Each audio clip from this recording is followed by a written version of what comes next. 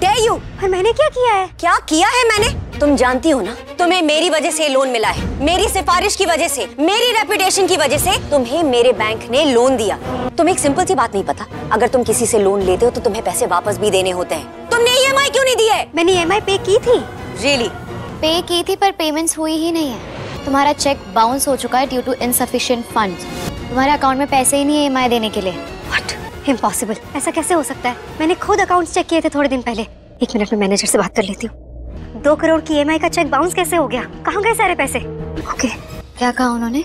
ये कह रहा है कि तुम्हारी कंपनी ने सारे पैसे विड्रॉ करवा लिए। I mean, जो पैसा बैंक को जाना था वो तुम्हारी कंपनी अकाउंट में चला गया। बट ये कैसे हुआ? तुम्हें तो पता है ना कि ये EMI के लिए पैसे रखे थे इस अकाउंट में, तो इतनी बड़ी गलती कैसे हो गई? हो सकता है हमारे अकाउंट्स डिपार्टमेंट से कोई भूल हो गई और उन्होंने वो चेक गलती से डाल दिया। पार्वती, इस गलती की वजह से मुझ पर केस रजिस्टर हो सकता है चेक बाउंस का। अब मैं क्या? परिणीति के आने वाले एपिसोड में अलग ही ट्विस्ट देखने को मिलने वाला है। भाई यहाँ पर परी अपने असली रूप में आ गई है। नीति को अभी तक लग ही नहीं रहा कि परी है पार्वती है। वो तो भाई पार्वती को परी बना के लाई थी और यहाँ ऐसा लग रहा था कि भाई ये तो असली में परी है। परी सारे अपने जितने राज होते ना खोल देती है, बता देती है कि नीति ने, इन लोगों ने सबने मिलकर कैसे मारा था, धक्का दिया था। राजीव, तुमने भी तो धक्का देने की कोशिश की थी, लेकिन राजीव यहाँ पर माफी मांग लेता है, उसको समझाता है कि मैं तुम्हें मारना नहीं चाहता था, मैं तो तुम्हें बचाने की कोशिश कर रहा था। तो राजीव तो भाई बेकसूर हो गया है, लेकिन अब देखते हैं कि नीति के साथ वो क्या क्या करने वाली है। भाई यहाँ तो अभी बड़ा अच्छा सा एक मूवमेंट देखने को मिल रहा है जिसमें दोनों राजीव और परी एक ही रूम में है, एक ही बेड पर है और नीति बाहर से देख रही है। जलन हो रही है, उसको चिड़न हो रही है, गुस्सा कर रही है। परी को पहले ही समझा चुकी थी वो कि भाई परी, तुम ना सिर्फ पार्वती बन के आई हो ना, तो परी बनने की कोशिश मत करो। तुम क्यों राजीव के इतना करीब जा रही हो? और भाई वो तो तुम्हारे पति थोड़े ना है। लेकिन यहाँ पर परी का कहना ये है कि कोई बात नहीं, लेकिन अगर मैं ऐसे पति पत्नी की तरह नहीं रहूंगी तो भाई सब लोगों को शक भी हो जाएगा ना।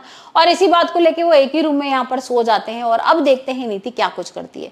भाई नीति यहाँ पर सिर्फ पेपर साइन कराना चाहती है। वो गुरप्रीत से पेपर्स ही मंगा लेती है और कहती है कि भाई तुम साइन करा लो। यहाँ पर परी कह रही है मेरा बर्थडे था और मेरे बर्थडे पर मुझे गिफ्ट चाहिए कि आप जो भी, जितनी भी सारा आपका जमीन है, जो भी है वो सब मेरे नाम कर दो। और यहाँ पेपर्स वगैरह नीति ने पहले से बनाए हुए थे, गुरप्रीत के साइन हो जाएंगे।